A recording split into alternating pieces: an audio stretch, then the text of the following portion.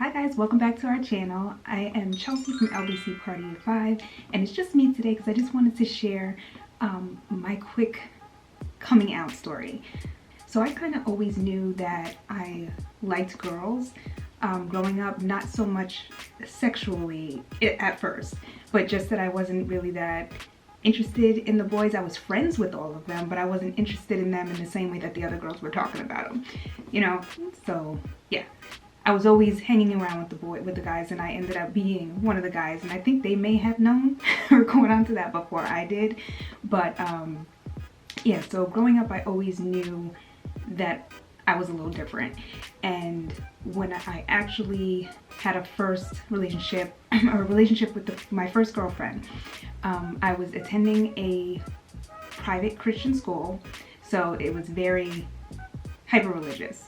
And my mother was also very hyper religious, big Bible thumper, still is to this day.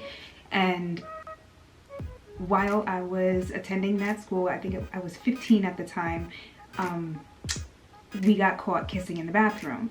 And I originally didn't think anything of it because I just thought this was natural. And it's not like we got caught and we're like, oh my God, you know, like it wasn't like that at all. I just thought it was natural. Like if it was me kissing another, or just seeing another, you know, female kissing a dude, like I just thought it was regular, like regular day stuff, right? And it wasn't, because of course that person that did see us kissing in the bathroom did tell on us, and we got called into the principal's office separately and basically told that we had some time to think about it. We had maybe like 2 days, I think, to think about it, but we had to agree to sign a contract essentially denouncing our homosexual behavior or tendencies and recommit to the Lord that we were not going to be like that. And we weren't allowed to have contact with each other while we were in school unless it was supervised, you know, by a teacher or something, or a counselor. And I refused to do that. I was so hurt by my girlfriend at the time because she did go ahead and do that. And I understand that, you know, she had pressures from her family, I'm sure, because they didn't want to take her out of the school, so she had to sign that. But me, I'm hard-headed, I'm stubborn, and I'm set in my ways. And if I don't think that I did anything wrong, I'm not going to say I did. So even from younger ages, like I've always been like that. That's how my father raised me.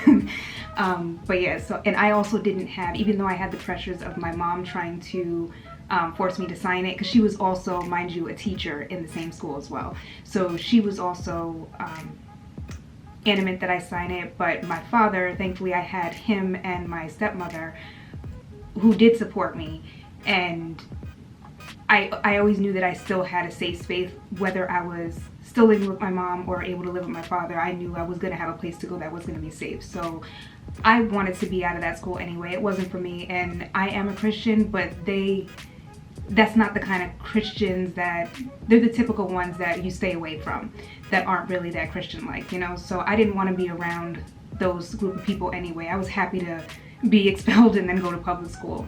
But that's basically how it went down. Like that didn't really come out. I didn't feel the need to. I didn't think it was something that had to be done because I thought it was natural and that I was just different from the other girls, that's all. And the people that knew me didn't have a problem with it. The people that, like my friends, my close circle, it wasn't a problem for them, or not enough so where they would cut me off or anything like that. They didn't understand it. They didn't want me to leave. That's why they wanted me to sign it. But it wasn't for the same purposes. Like they still support me to this day.